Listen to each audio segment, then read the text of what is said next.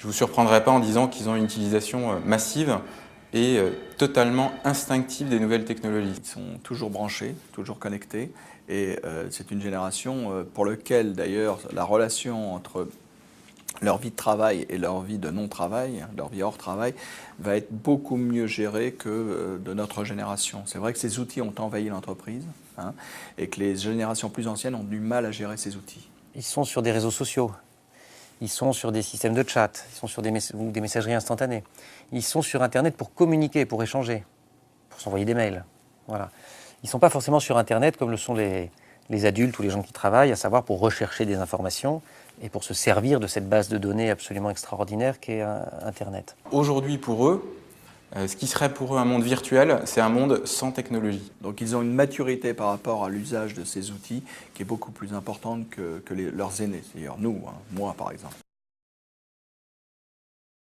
On remarque que la génération Y est une génération qui a un mode de pensée très horizontal. Je m'explique, c'est-à-dire qu'ils ont une conception de la hiérarchie qui est très différente. Les membres de la génération Y n'ont pas de dévotion particulière à une personne qui est hiérarchiquement supérieure à eux. Les générations qui les ont précédées ont fait confiance à des entreprises qui finalement après n'ont pas hésité à restructurer.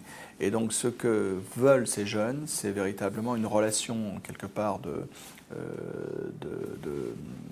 un lien qui est un lien presque philosophique avec l'entreprise, mais ils ne veulent pas qu'on leur raconte des histoires. Le respect pour la génération Y va venir d'autres éléments, par exemple la compétence, par exemple la capacité que va avoir cette personne à les faire évoluer, à les faire se développer. C'est une génération qui est caractérisée par le tout de suite, hein.